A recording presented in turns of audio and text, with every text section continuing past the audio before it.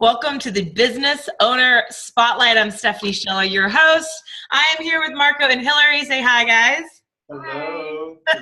So we are here today to talk about their business. They have multiple businesses, but we're gonna talk about Bella Buyers and Hilco Homes today. And you guys know how this works. I do a cool interview. You get amazing information for our listeners, and I get the chance to put the spotlight on some super deserving business owners. So Hillary, Marco, welcome to the Business Owner Spotlight. Thank you for having us. It's a pleasure and an honor. Thank you very much. I'm excited. So we have never met in person. This is another one of those amazing, like someone connected us virtually. Here we are.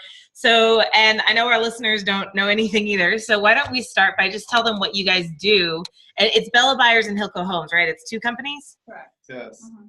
Mainly we're in the real estate space, and we are focusing on real estate investing, and we have decided to do this together. We're both full-time in our businesses, and you want to mention what we do? So our Bella Buyers company, we started, and it's a series LLC. So we have different cells. It's Bella Buyers A, B, C, so on and so forth.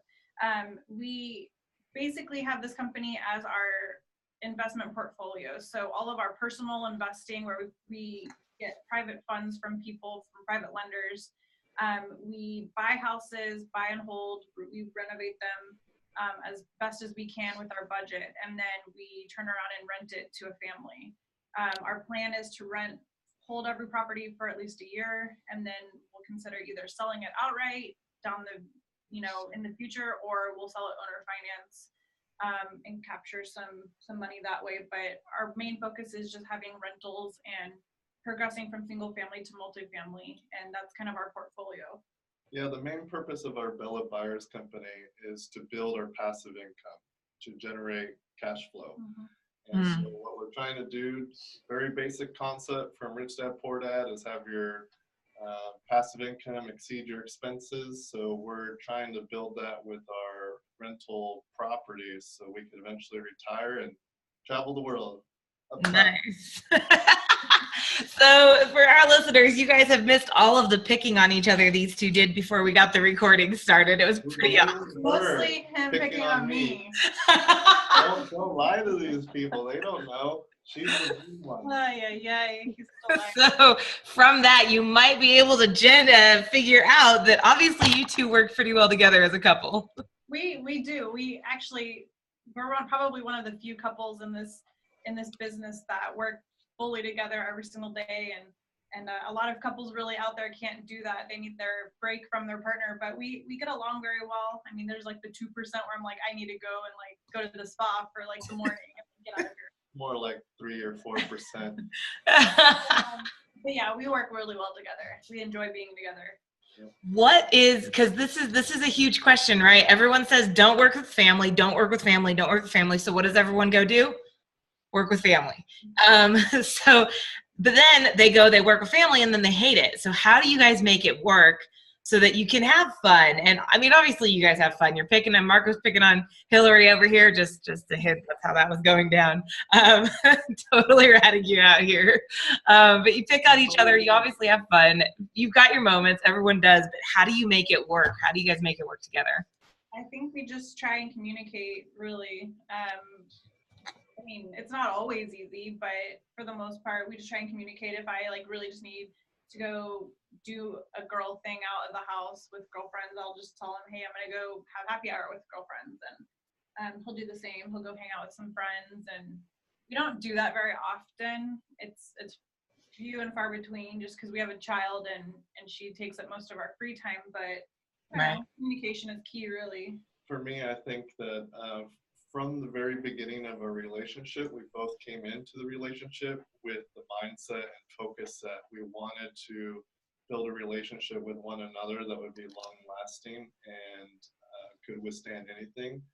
And so, yes, we do work together, but that is like a secondary item compared to our relationship with one another. So it does fall back on really good communication with one another, being truthful and honest, understanding our partner and how they respond to different things, and just trying to constantly being cognizant of one another and improving and just utilizing communication so we can always do better for the other one as we progress. And then from a work standpoint, just kind of identifying what the roles are, I think that's really helps, like who focuses on what, and you know, just having clarity of what we want to accomplish and reviewing our goals together has really allowed us to be able to work consistently every day with one another. I love that. I take notes every time I do these, by the way. So I was like trying to write verbatim. I always forget that I'm recording it and I can go back and listen to it again. Well, I don't know.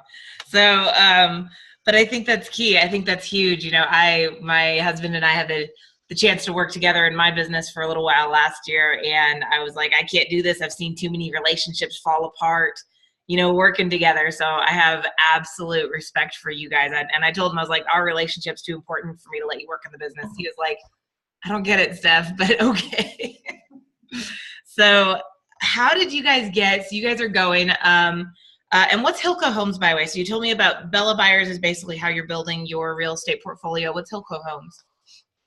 Well, just a fun little fact about Hilco. We built this company in 2014, or we found the name and opened the LLC, and Hilco is actually a combination of Hillary and Marco combined. So That's awesome. And how we came up with the name. Marco actually thought of that. She didn't like Marley, so we went with Hilco. We had to put her name first. Yeah. Well, you know, Marley makes me think of dogs, and cute as they may be, you know, so it's probably smart to. Plus, we get the alliteration with the 2 H's, so that looks good too. Yeah. Well, why don't you go ahead and explain Hilco? Okay, so Bella Buyers is kind of a long-term play. You know, when you get one investment property, you might be cash flowing $200 a month. You know, it might be more, it might be less, but you know, $200 is great. Obviously, you want to get as many of those as possible, but that is not going to sustain you in the short term, month to month. And we're doing this full time.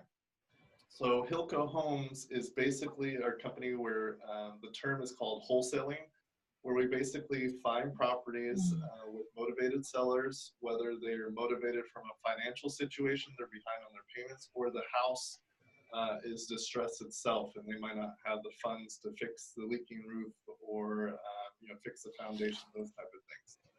So we will contract with those individuals at a discounted price. And then what we do is we sell our rights to that contract to other investors for a fee. And so we basically find investment properties for other investors, and we might make $3,000, $5,000, or $10,000 on a particular transaction. And that's how we're able to, you know, we have money to live on, but we're also keeping very integrated with the real estate market here in town. And then ultimately, by building Hilco Homes, we are building kind of a machine to always find discounted properties, which eventually will allow us in Bella Buyers to buy more and more properties. Nice. So like it's two businesses, but they play together. They play well together. We'll put it like that. Yeah. So that's awesome. Have you guys ever had a moment building this? And actually, better question. I was going to ask, I keep forgetting to ask this one. So you say you're both doing it full time now, but I'm assuming you had other jobs at some point in I was going to say in the future, in the past. How did you make the leap from working to going full time? Because I know everybody wants to do that, and then everyone gets scared when they actually have the opportunity. So, you tell a story. So I was basically we looked for the craziest way possible. Seriously, this is a crazy story. So he was working with a local real estate investment firm, basically doing what we're doing now, but for somebody else, for another company. And he was head of acquisition, so he was already still immersed in the real estate world, but just working for other people. And I was doing project management at a local company, doing electronic health system setups and making sure the doctor's offices go live quickly and on time, and transitioning from paper to electronic. And I was really good at what I did. I just didn't really have a passion for it. And so this was a conversation that Marco and I had been talking about for a while. And I was playing with the idea of putting my notice in and giving him a good enough, I actually put a 3 months notice in, because I was really the only person doing what I was doing at the company, and it's a really detailed job. So I just wanted to make sure that I left them with some good training to train the Good next transition. person. Yeah, like She was great at what she did. It just didn't fulfill her. It didn't. I would, I was good at it, but I wasn't excited to go into work Yeah. and do the same thing over and over again. So I had already planned on quitting, and my focus was, I have a degree in art. I was gonna just do some art, focus on me, and figure out what I wanted to do. But shortly after. And that was like what, October-ish, right? Well, my last day of work was in October, and it was like right before we took our honeymoon. We actually got married at the end of September, and then I had like a month left of work. And right before we went on our honeymoon, which we took a month later, was my last day of work, which was awesome because it felt freeing. Like we're on this honeymoon, and I don't have to go back to work afterwards. So I was really excited about it. But then right before we left for our honeymoon, we found out we were pregnant. So I got pregnant like on the wedding night. Holy cow. So there was all this stuff happening that like I quit my job, we got pregnant, we just got married, and then when we were on our honeymoon, he was reading a book called The 4-Hour Work Week. Well, hold on. Oh my God. Yeah, it was a great book. The honeymoon, it was all inclusive. It was all inclusive, so we paid for like all the alcohol we would want to drink ever in life. And I couldn't drink any of it. Yeah. We walked into the hotel room. We had a bar in the hotel room, and it was so sad. Look at all these bottles before you. You could drink all these bottles empty, and we'll replace them every night. Every single day. Like And you could just basically kill your lips, and we'll keep it free. And I couldn't drink any of it. We were on a resort that had like a private island that we could go to, but we couldn't go to it because the waters were too choppy. The waters were really choppy, and they told her nothing of that sort. So we could only look at it longingly from a distance. So basically, we sat by the pool and the ocean the whole time. And he was reading a book called The 4-Hour Work Week by Tim Ferriss. And at one point, I don't remember. I just remember we're sitting by the pool, and he like put his book down, and he looked at me, and he was just like, "I want to quit my job too." And I was like, super scared, but really excited at the same time because we had never gotten to be together. I mean, he was working 10, 12-hour days. We were always working, and we had maybe kind of like an hour or two at night to hang out, and then weekends, which sometimes were canceled from work. So it was just really exciting but scary. There was all this change happening, but that was at the end. That was October of 2015. So then he quit his job in November, and then we had all of December really for family and holiday stuff. But that was kind of our transition to work life from like a corporate job standpoint to our own stuff. And so January 1st, 2016, we ran. Yeah, we actually bought our first house on January 1st. Yeah, so. Holy crap, you're not even kidding. That is a freaking crazy. We were like, this is just going to happen. We just have to make it happen. Yeah. Well, and that was really smart because so many people, I know a ton of people who read the 4-Hour Work Week and they're like, yeah, let's do this. And then they never do anything to push themselves into action. And I talk to people about this all the time, and I'm like, look, until you step up. Like, and for our listeners here, I really want you to catch on. I mean, that was a funny story, and that was like, holy crap, crazy. I was dying over here trying not to laugh out loud and ruin the camera. But like, they actually took action on it. An opportunity presented itself. They said, great, let's go. And they bought their first house January 1st. I just went to an expo. I don't know if you guys were at the expo in Dallas a couple weekends ago. You guys were there? There, but we heard about it. Okay, so I went there, and it was just sitting there looking at 7,000 people. 6,500 of them will never actually do anything with what they just learned. And they had enough tools to go out and buy a house and do something. And it was sad a little bit watching them. So I really just want our listeners to catch that. Like, they took action. They went out and said, okay, let's go. And, crazy as that may have come together, that's still pretty awesome. Well, the big thing too is, for a lot of people that are in this mindset, obviously they're listening to you because they are in this realm, this knowledge. They want to learn this realm. A big holdback for a lot of people is fear, and fear is a very strong limitation. And for us, really, you can't be afraid of failure. Even if we had done this and failed, the people that we would have become and the people that we have become is so much more. We've had so much growth from the learning experiences from that. So even if there is failure there, you got to remember what the lessons, the tools that you'll gain from it, and the individual you will progress and become and grow into, which will allow you to tackle the next aspect. Don't have a short-term way of thinking, have a long-term way of thinking. And for us, we're still very young. Even if everything falls apart tomorrow, we can start up fresh and do something different. Yeah. Well, and you've got the skill sets. You could always, I mean, that's something you can never take, no one can ever take away from you guys, is those skill sets that you've developed. So that's phenomenal. And to put it in perspective, before I met Marco, I liked real estate as much as watching HGTV. Like, I didn't, other than like, oh, that house is really cute and has good curb appeal, like, I didn't really know anything about real estate.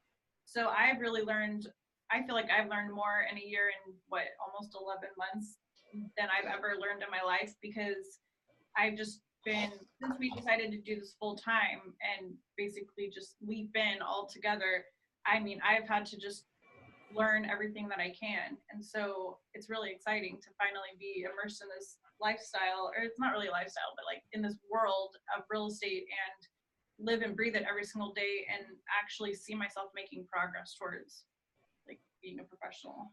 Well, we had a big head start because I've actually been in this field for almost a decade now. Even before like I worked at that position we were referencing, I worked for myself a long time, not only as an agent that found investment deals for other investors, but also as a wholesaler myself, where I was already in this realm. I knew what to do. I had learned it. So when I said I wanted to quit my job, I had full confidence that we could do it, especially since we were a team now, which in the past it was just me trying to figure it out. Right. It was a little overwhelming though. You were my secret weapon, baby. Well, it was a little overwhelming though, because when we decided January 1st to go all in, like I was still pregnant. So I was pregnant for the first 6 months of doing this new life of working for ourselves. And then after 6 months, it was the end of the year was, now how do we become new parents? Because we have this newborn in June. And I'm like, it was hard to keep pushing and to keep motivated and to keep working hard even on our free time, which we don't really have much of, because we have this newborn baby that also needs attention, and balancing like my emotions of being trying to work and learn, but also like be focused on a baby was kind of a challenge for a while. And recovery after birth. It was a process, but we're like past that point now. So wow, our daughter's 16 months, so it's crazy. Time flies. She has a lot of attitude. Yeah, for me. Yeah. But I get the feeling that she's going to be a very lucky kid to get to grow up with you two. So I'm looking at the time and I'm just amazed at how much time is blowing by here. I feel like we could probably chat. I have all these questions. I'm like, oh, I want to ask about this. I want to ask. So it's probably a good thing that Marco, you and I at least are doing another one of these later this week. But I always try and wrap up with this. What is your number one best piece of advice for another business owner out there going through the motions, building a business? What's the best piece of advice you could give them? So it's really hard out there for a lot of people, and everybody has a unique situation, and we touched on the whole aspect of taking action and fear, and sometimes there are moments where things don't go in the direction you want them to go, but the key component that you want to realize, you as a listener listening to this right now, is that you are your strongest asset. And if you keep that mentality, you can overcome any obstacle. Even if you do fail, you will become better and stronger. And the individual that you will become is something to, as time progresses, something to be reckoned with. And if you also keep the mentality that you're your best asset, then you will be taking the time to read the books, invest in yourself, and those type of things. And there's a really good quote from Jim Rohn that I always really like to think about is, there are a lot of people that will give you excuses or they'll complain about why things aren't going a certain way. But his quote is, don't wish for things to be easier, wish for you to be better. And if you have that mentality going into it, rather than focusing on the external world, instead of focusing on the internal world, you accomplish whatever you're trying to achieve. Wow, just drop the mic there. That was really good. I can't really add to that. That was very good job. Well, that was us together. That was very well put together. So I'm just going to end with this, guys. For our listeners, thank you for joining us again for another incredible interview. Marco, Hillary, thank you guys for joining us. I had really had a lot of fun with this. Thank you so much. It was nice meeting you. Very much appreciate Nice to meet you guys. We'll have to get coffee or something. I would love to continue the conversation.